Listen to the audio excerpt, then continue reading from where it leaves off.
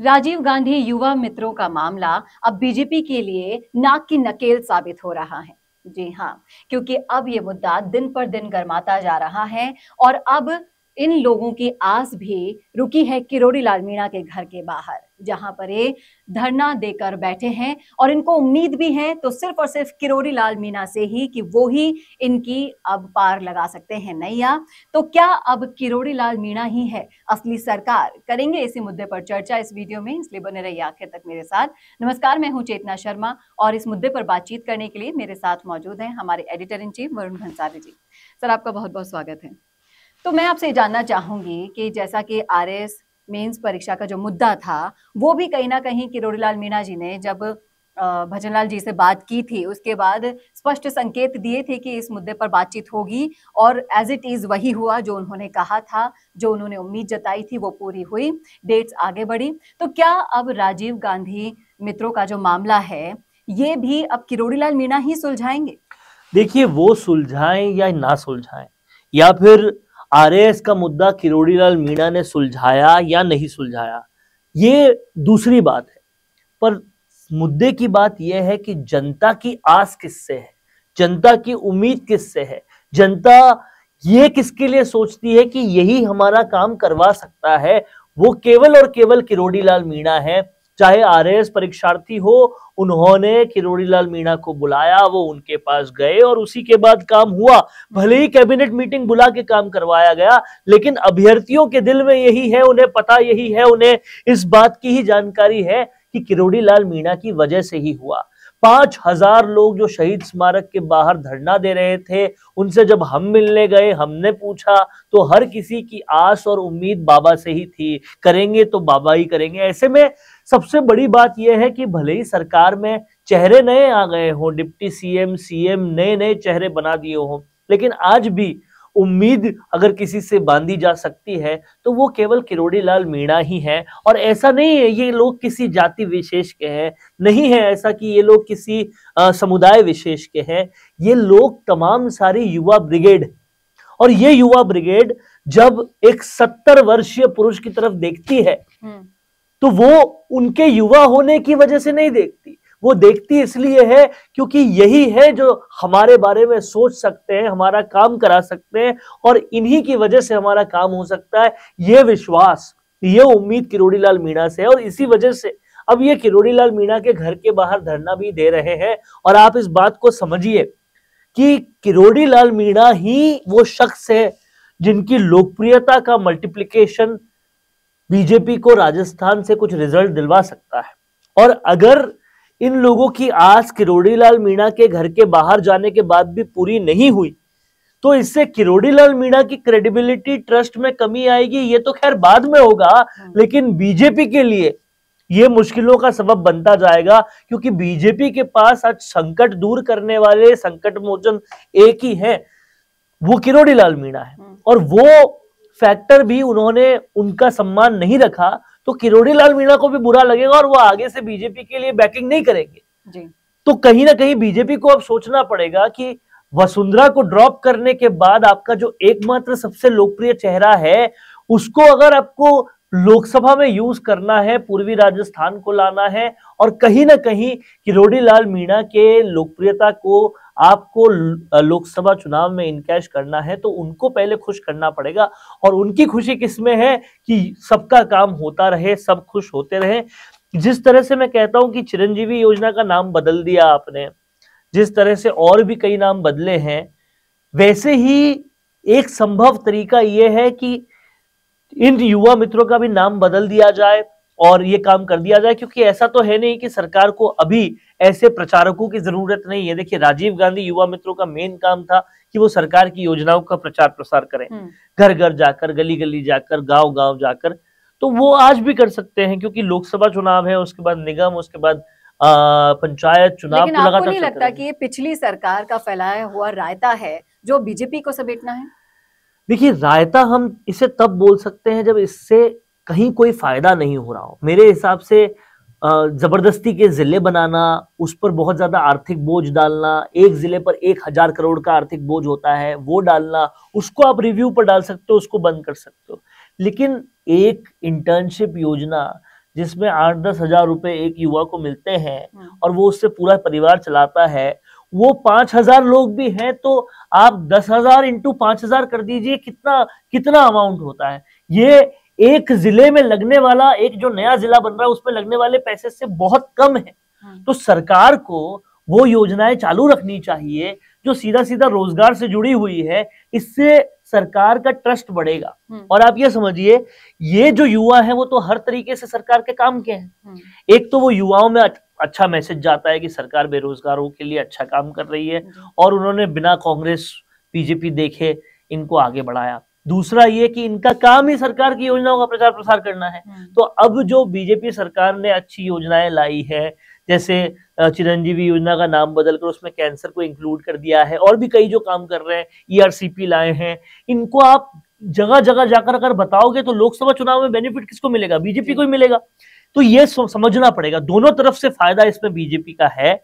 और तीसरा सबसे बड़ा फायदा यह है कि अगर ये योजना वापस हो जाती है तो किरोड़ी लाल मीणा पे ट्रस्ट और बन जाता है जी। तो आपको एक आदमी ऐसा चाहिए जिस पर जनता आंख बंद करके भरोसा करती हो, जिसकी एक आवाज पे लाखों लोग आ सकते हो, जिसके अंदर भरोसा ट्रस्ट इतना जबरदस्त हो कि वो उन्हीं से आस उम्मीद लगाए।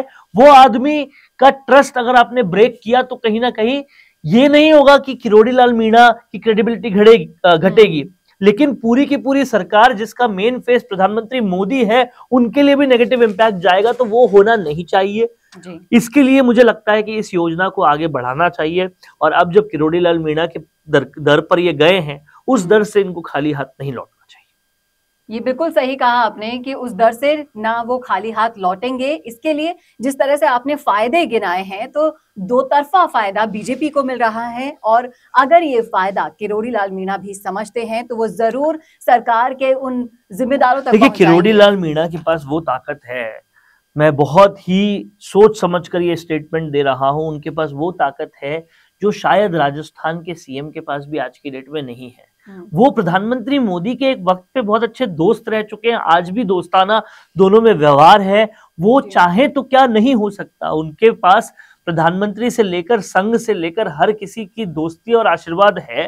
तो वो चाहे तो कोई भी चीज असंभव तो नहीं, और ऐसा हो नहीं सकता कि वो चाहते नहीं हो, लेकिन क्योंकि वो संघ के हमेशा से उनकी संघ की पूरी प्रणाली पर रहते आए हैं, तो वो एक हायरार्की से चलेंगे, वो एक पूरी व्यवस्था से चलेंगे, और इसीलिए व्यवस्था के अंतर्गत जो चीजें होंगी वो करते जाएंगे। तो कहीं ना कहीं अब सरकार को सोचना चाहिए। मदन दिलावर जो कि एजुकेशन मिनिस्टर हैं, कार्मिक मंत्री है, ब्यूरोक्रेसी है, उन सबको लाइन अप करके, बहुत छोटा सा खर्चा है सरकार के लिए, सरकार को ये करना चाहिए और इस डिसीजन को आगे बढ़ाना चाहिए। जी बिल्कुल सही कहा आपने ये चीज कि इस पर सोचना बहुत जरूरी है, नहीं तो बीजेपी के लिए राजीव गांधी मित्र खतरा भी साबित हो सकते हैं, क्योंकि ये मुद्दा युवाओं से जुड़ा हुआ है। और नंबर में अगर आप देखें तो ये 5,000 नहीं है केवल, आप इस नंबर को बहुत बड़े स्तर से देख सकते हैं। ये कैलकुलेशन जो है मैं आज आपको दे रहा हूं, इसको ध्यान से देखिएगा। बीजेपी के लोग, बीजेपी के आला कमान, राजीव गांधी मित्र, तमाम सारे लोगों के लिए कैलकुलेशन है। 5,000 तो ये लोग हैं, इनसे जुड़े 4-4 लोग आप और मान लीजिए, 4 लोग का समूह पूरा मिलाकर, तो ये 5,000 इंटू 4, ये जने कितने होते हैं आप समझ सकते हैं। तो ये तकरीबन 2 लाख लोग होते हैं, या 20,000 लोग होते हैं, माफ कीजिएगा, ये करीबन 20,000 लोग होते हैं। लेकिन ये आंकड़ा 20,000 पर नहीं सीमित होता, इस बात को समझिए। ये आंकड़ा उससे कई आगे जाता है, क्योंकि एक एक राजीव गांधी मित्र जो काम कर रहा था वो सरकार का प्रचार प्रसार का कर रहा होगा, जो पूरी कांग्रेस सरकार में वो काम कर रहा था। तो सोचिए वो कितने गांव घूमा है, कितने लोगों से मिला है, कितने घर पे गया है, और वो जब किसी चीज के लिए पॉजिटिव बोलेगा तो कितना इंपैक्ट पड़ेगा, कितने लोगों पे इंपैक्ट पड़ेगा, वो आंकड़ा हम सोच भी नहीं सकते। क्योंकि एक आदमी अगर 2 महीने तक भी काम किया होगा और एक दिन में उसने मिनिमम टू मिनिमम 35, 40, 50 लोगों को भी टच किया होगा, तो आप देखिए 50 इंटू अब कीजिए 5,000, तो ये कितना बड़ा आंकड़ा हो जाता है जी। आप समझिए इस आंकड़े को। और 50 इंटू 5,000 एक दिन का है, 2 महीने में कितने दिन होते हैं? 2 महीने में 60 दिन होते हैं, इंटू 60 कीजिए कितना बड़ा नंबर होता है। ये मैं आपको औसत नंबर दे रहा हूं। तो ये गणित जिस तरह से आपने समझाया है, ये गणित अगर हमारे देखने वाले दर्शकों को भी समझ में आया होगा, तो मैं चाहूंगी कि ये वीडियो आप उनके व्हाट्सएप पे, उनके नंबर्स पे ये सारे लोग लिस्टेड होंगे जिनसे वो जाकर सरकारी योजनाओं का प्रचार प्रसार किए हैं। उसके अंदर भी कई इन्फ्लुएंसर्स होंगे, सरपंच होंगे, वार्ड पार्षद होंगे, ब्लॉक अध्यक्ष होंगे, जिनके अंडर और 100 हजार लोग हैं। आप समझिए कि यहां एक जगह से नेगेटिव होगी तो कितने लोगों में जाएगी, और इन 5000 लोगों में पॉजिटिव हो जाएगी तो ये अलग कितनी लंबी लग जाएगी। और इसीलिए इस बात का अंदाजा मैं नहीं कहता कि नहीं होगा, सरकार को जरूर होगा, लेकिन इसको इस पर्सपेक्टिव से सोचकर एक बार देखिए। बीजेपी के लिए ये एक बहुत बड़ा असेट साबित हो सकता अवसर है, और इस अवसर को हाथ से जाने नहीं देना चाहिए बीजेपी को।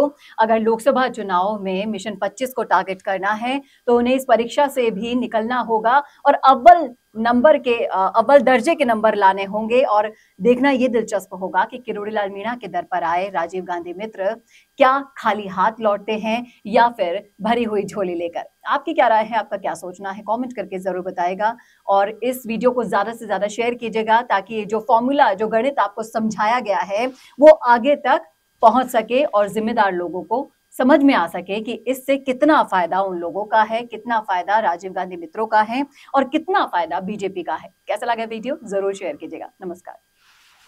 तो आप भी अपने रियल एस्टेट बिजनेस को पुराने तरीकों से प्रमोट कर रहे हैं, तो छोड़िए पुराने तरीके और जुड़िए मिशी मीडिया सॉल्यूशन से। फिर चाहे हो प्रोफेशनल मॉडल से आपकी प्रॉपर्टी को एक्सप्लेन कराना या हाई क्वालिटी कैमरा वर्क से अपना वेंचर दिखाना।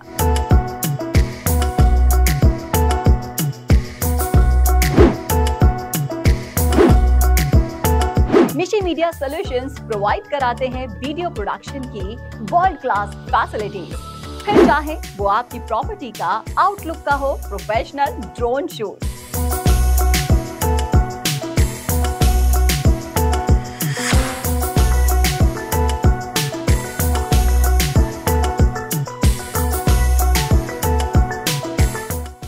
सब पाए एक ही जगह पर आपकी शानदार सर्विसेज में हमारा वीडियो प्रोडक्शन लगाएगा 4 चांद।